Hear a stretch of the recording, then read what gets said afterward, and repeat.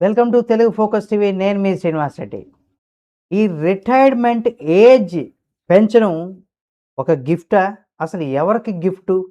ఈ retirement age గనక పెంచితే ఇది ఎవరికి గిఫ్టు? నిజంగా అది కరెక్టేనా?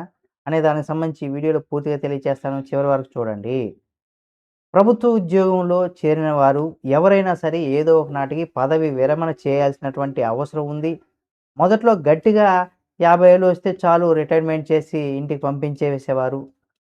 పాతకాలం వారంతా కూడా అలాగే పనిచేశారు. అలాంటిది కాలగమనంలో ఆ రిటైర్మెంట్ ఏజ్‌ని పెంచుకుంటూ పోతున్నారు. దానికి పెరుగుతున్నటువంటి జీవితకాలం కూడా ఒక కారణం అని కూడా చెప్పుకోవచ్చు. అలా 50-55 ఏళ్ళ వరకు రిటైర్మెంట్ వచ్చింది అంటూ 1978 దాకా ఉండేది. ఆ తర్వాత మర్రిచెన్నారెడ్డి ఉమ్మడి ఏపీకి సీఎంగా ఉండగా దానిని 58కి చేశారు. 1983లో ఎన్టీఆర్ సీఎం అయ్యాక 55 చేస్తే నాదెండ్ల భాస్కర్‌రావు 58గా అంటే 55 ఎన్టీఆర్ చేస్తే 58గా భాస్కర్‌రావు చేశారు. ఇంకా ఉద్యోగులు మేలు చేశారని కూడా అన్నారు. తర్వాత విభజన తర్వాత అంటే ఇలా చూస్తే విభజన తర్వాత 2 తెలుగు రాష్ట్రాల్లో ముఖ్యంగా ఆంధ్రప్రదేశ్, తెలంగాణలో వేరు వేరు పడ్డాయి కాబట్టి రాష్ట్రం విడిపోయిన తర్వాత దాంతో ఆర్థికపరమైనటువంటి ఇబ్బందులు కూడా పుట్టుకొచ్చాయి కాబట్టి ఇటువంటి నేపథ్యంలో తమ పదవి విరమణ వయసు 60 ఏళ్లకు చేయమని కూడా ఉద్యోగాలు కోరుతూ వచ్చారు. దాంతో చంద్రబాబు ప్రభుత్వం 60 ఏళ్లకు పెంచుతూ వచ్చింది. అయితే వైఎస్ జగన్ 62 ఏళ్లకు పెంచారు.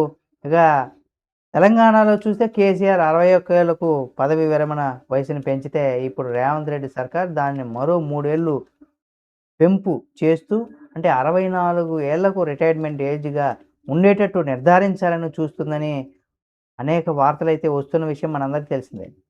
అయితే వ్యూహాత్మకంగా మనం ఇక్కడ చూసినట్లయితే పదవి విరమణ వయసును పెంచడం ద్వారా కూడా ఉద్యోగులకు ఇవ్వాల్సినటువంటి బెనిఫిట్స్‌ని కొంతకాలం వాయిదా వేసుకోవచ్చు అన్నది ప్రభుత్వం యొక్క ఆలోచన.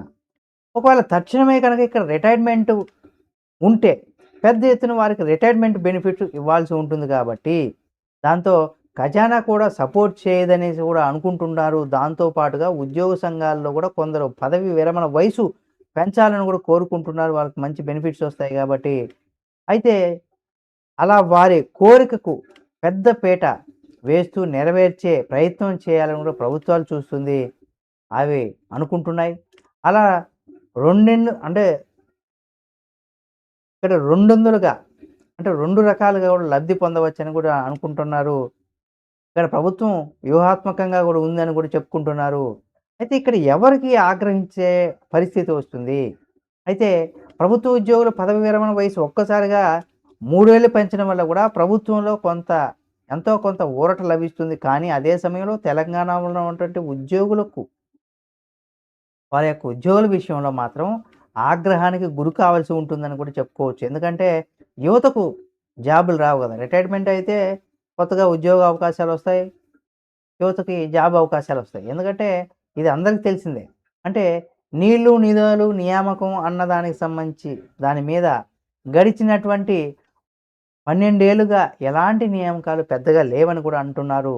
దాంతో విద్యార్థులు గానీ, నిరుద్యోగులు గానీ ఆందోళన వ్యక్తం చేస్తున్నారు. అయితే ఉద్యోగాలు తమకు తీయకుండా ప్రభుత్వంలో భాగస్వామ్యమైనటువంటి వారికి మరి కొన్నాళ్ళు ఛాన్స్ ఇస్తూ వారి పదవీ విరమణ ఏజ్‌ని పెంచితే గనక యూత్ నుండి, నిరుద్యోగుల నుంచి కూడా ప్రభుత్వానికి ఇబ్బందులు తప్పవని కూడా అంటున్నాము. చెప్పుకోవచ్చు. దాంతో ప్రభుత్వం ఈ ఆలోచన విషయంలో కూడా మల్లగుల్లాలు పడుతున్నప్పుడు కూడా ఖజానా ఆర్థిక పరిస్థితిని దృష్టిలో ఉంచుకొని రిటైర్మెంట్ ఏజ్‌ని పెంచేందుకు కూడా మొగ్గు చూపుతున్నట్టు కూడా ఒక ప్రచారం అయితే సాగుతుంది. ఒకవేళ ఎప్పుడు ఒకవేళ దీనికి పెంచాల్సొస్తే ఎప్పుడు ముహూర్తం ఫిక్స్ చేస్తారని గనక మనం చూసినట్లయితే, ఏడాది జూన్ 2వ తేదీన తెలంగాణ ఆవిర్భావ దినోత్సవం జరుగుతుంది కాబట్టి, ఆ రోజు నుంచి కూడా పదవి విరమణ ఏజ్‌ని పెంచితే మంచి చేయాలని, అమలు చేయాలని కూడా భావిస్తున్నట్టుగా కూడా వార్తలైతే వినిపిస్తున్నాయి. అధికారికంగా తొందరలోనే దీనికి సంబంధించి కూడా ప్రకటన వస్తుందని కూడా చెప్తున్నారు. చూడాలి మరి ఈ ప్రచారంలో నిజమెంత ఉంది? ఒకవేళ తెలంగాణ సర్కారు గనక ఈ పెంపును అమలు చేస్తే ఏపీలో దాని ప్రభావం తప్పకుండా పడుతుందని కూడా కొంతమంది రాజకీయ విశ్లేషకులు అంటున్నారు. మరి నిజంగా పెంచుతారా లేదా? పెంచితే ఏపీలో కూడా దీని ప్రభావం ఉంటుందా? అనేది కూడా చూడాలి. చూద్దాం ఏం జరుగుతుంది ఏమనేది. ఈ వీడియో మీకు నచ్చితే లైక్ చేయండి. తప్పనిసరిగా మన బంధుమిత్రులకు షేర్ చేయండి. మరిన్ని వీడియోల కోసం మన Telugu focus TV channel subscribe చేసుకొని పక్కనే ఉన్న బెల్ బటన్ నొక్కడం మాత్రం మర్చిపోకండి.